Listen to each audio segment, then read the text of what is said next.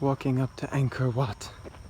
Looks so nice, but not on this video because I'm using my phone and there's no image stabilization. Okay, first and foremost, I promise I'm not going to talk about the thousands and thousands of people that were at Angkor Wat that made filming difficult. I'm not going to do it. I'm not going to talk about it. I talk about how hard it is to film with people every single video, and I know it's so boring to you guys. So I'm just gonna not talk about it. I'm not gonna mention it again this entire video. So let's start at the beginning. I decided to fly from Luang Prabang to Siem Reap. Mostly that was because I took a bus from Hanoi to Luang Prabang, which was about 30 hours. The first 28 hours were okay. I didn't mind so much, but the bus was quite uncomfortable for the last 2 hours.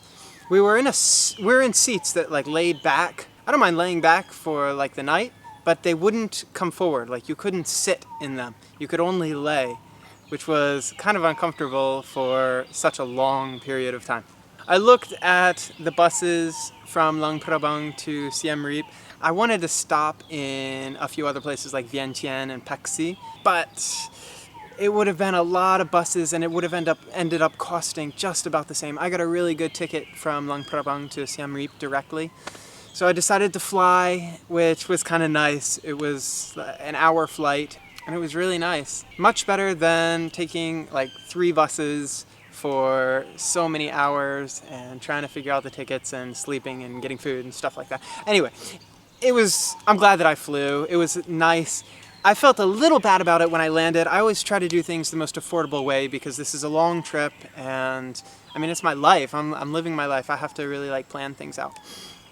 So I'm going to take a bus from Siem Reap to Bangkok, but I'll get to that later. Anyway, so Siem Reap. Siem Reap is cool. I've been to Siem Reap several times before. I think 2 or 3 times before, and I like this place. I think it's fun. Of course it's touristy. There's tourists come from all over the world to see the great, the grand Angkor Wat, because this place is cool. Siem Reap, the name, is actually interesting. Siem is the old name for Thailand, Siam, and reap is like you reap what you sow. So it's basically, Siem Reap is the defeat of Thailand. That's the name of this place. Because they always fought, the people always fought with the Thai people, and they finally won a battle, and they named the city, you know, the defeat of Thailand. Which I thought was pretty interesting. It's kind of cruel. Reap, I mean, reaping is like when you take the wheat and you take the I don't know what it's called, tonfa. No, not tonfa. Scythe, I think? I forgot the name of that thing. Anyway, and you cut the wheat. So it's kind of a brutal name for the city. But it's a cool city. It's similar to Luang Prabang in that it's a little touristy, but it's a lot bigger than Luang Prabang. So there's more to do, more things to see. There's an old market. I went to a movie here. I've been here for a long time, actually. This is my 3rd week just in Siem Reap. So I've been here for quite a long time. Of course, I've taken trips outside of Siem Reap and gone and seen the countryside, but I've been staying, my base has been in Siem Reap for the last 3 weeks, so I know the city pretty well. I like it. I like Cambodia. I like Cambodian people. It was interesting to find out that Cambodians don't get along with Vietnamese very well. They're kind of against Vietnam. And I didn't know that at all, but I rented a bicycle and I had my bag inside there's like a basket in front, and a policeman stopped me and he was like, no, you put the straps around the handlebars so no one can take it out. And I was like, no, nobody's gonna take it out. Cambodians so good. And he kind of laughed and he was like, no, not all Cambodians. There's Vietnamese here too.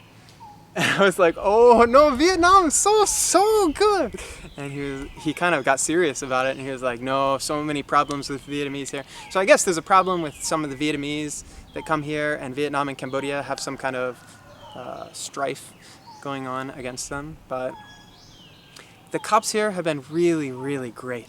I rented a bicycle to go around Angkor Wat because I wanted to see everything. I wanted to see all the temples, and I didn't want to be constrained to a tuk-tuk. I didn't want the tuk-tuk guy saying, we're going to go here for 10 minutes, there for 10 minutes, or on a tour, which is even worse with a large group of people. So I rented a bicycle, and I've been riding it around this place. I guess the first day that I was here, it was blazing hot. It was sunny. There wasn't a cloud in the sky. Now it's really nice. There's clouds, so the sun isn't always blasting on you. But the first day that I came to Angkor Wat, it was so hot. It was so hot. And I think that I looked just awful because one of the cops came up to me and he was like, "You need water." And I was like, actually, I didn't, because some of the cops, they're not really wearing a uniform. I don't know if he's a cop. He's like a employee for the Angkor Wat. He wore a blue shirt, but it looked like a normal blue shirt. But I guess he was checking tickets, so he was one of the official guys. And I was like, "No, it's okay. I'm okay." And he was like, no, you need water. And he went and he bought me water and he gave it to me, which I thought was just like, wow, so nice. If somebody looks like they need water, and there's 3,000 people in this place probably today. It's Chinese New Year, so there's lots and lots of Chinese people. There's just so many people, not just Chinese, from all over the world. And it was so nice of him to do that. I didn't say anything to him. I didn't ask him. I just said hello, good morning.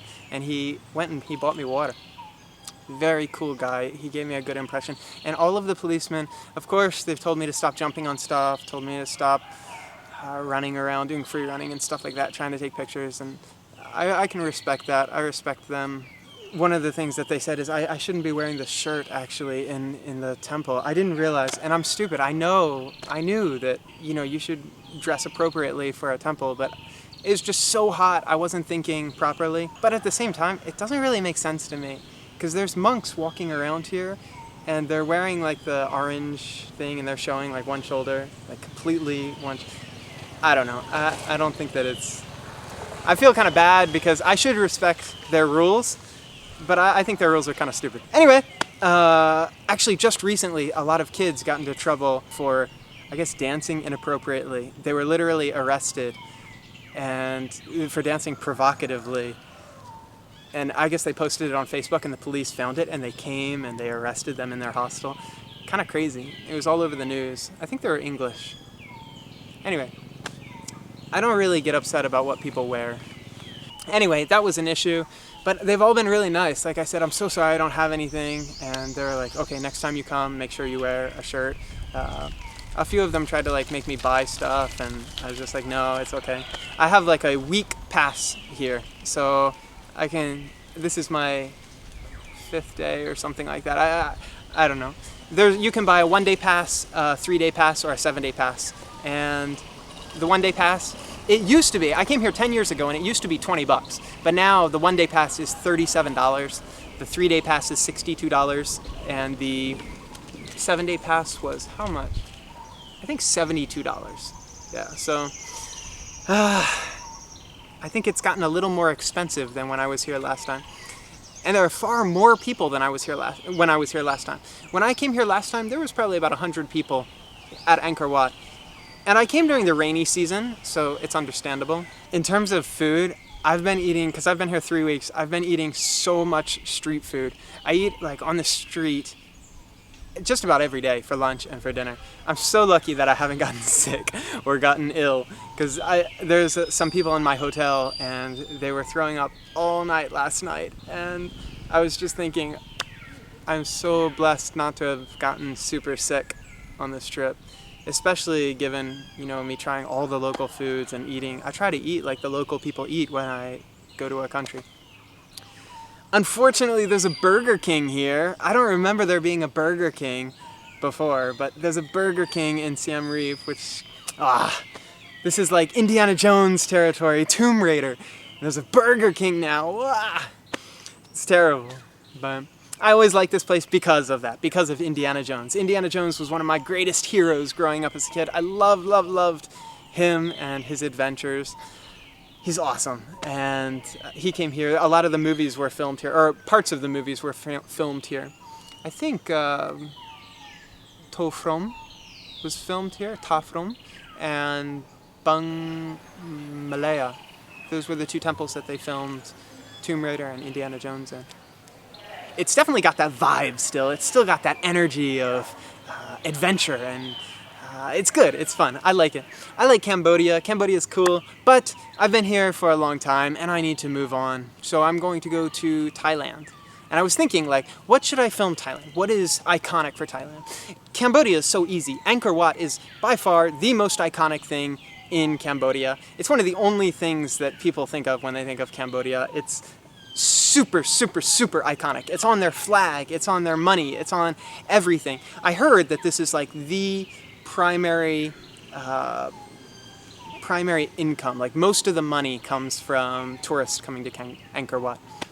So Cambodia, super easy, done. Next is Thailand. And for Thailand, what do you think of when you think of Thailand? Like what is the Angkor Wat of Thailand? I chose this place because it was quiet, but every once in a while there's like a motorcycle that comes by. Anyway, so what is the Angkor Wat of Thailand? What represents Thailand better than anything else? My initial thought was a beach, Riley Beach, Phuket. Those places are absolutely iconic for Thailand. Coming here, traveling in Southeast Asia though, I've found that, like I went to the Philippines and Palawan, El Nido, Coron. They're very similar to Ha Long Bay in Vietnam.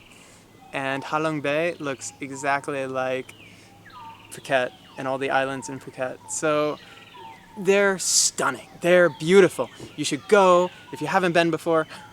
But are they absolutely 100% iconic for these places? I don't know. I don't think that anyone can say Ha Long Bay is better than Phuket, or Phuket is better than Palawan in El Nido. I think that they're all a little bit different, very similar, but a little different, and to each their own. Everyone will have a different experience when they go. So I thought maybe I shouldn't do a beach for Thailand. I thought instead, and I don't know if I should say this because I don't know if I can even find a place, but I'd like to represent Thailand with Muay Thai, because I'm a huge martial artist. Anybody who knows me knows that martial arts are my life, and I would love to include Muay Thai into the video. And it's super, super representative of Thai culture, Thailand.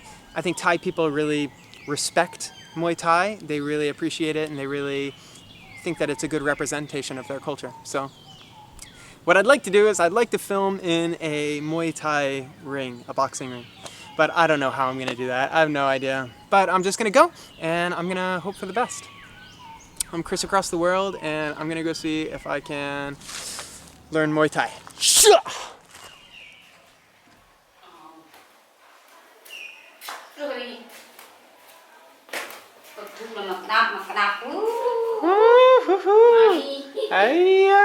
Money.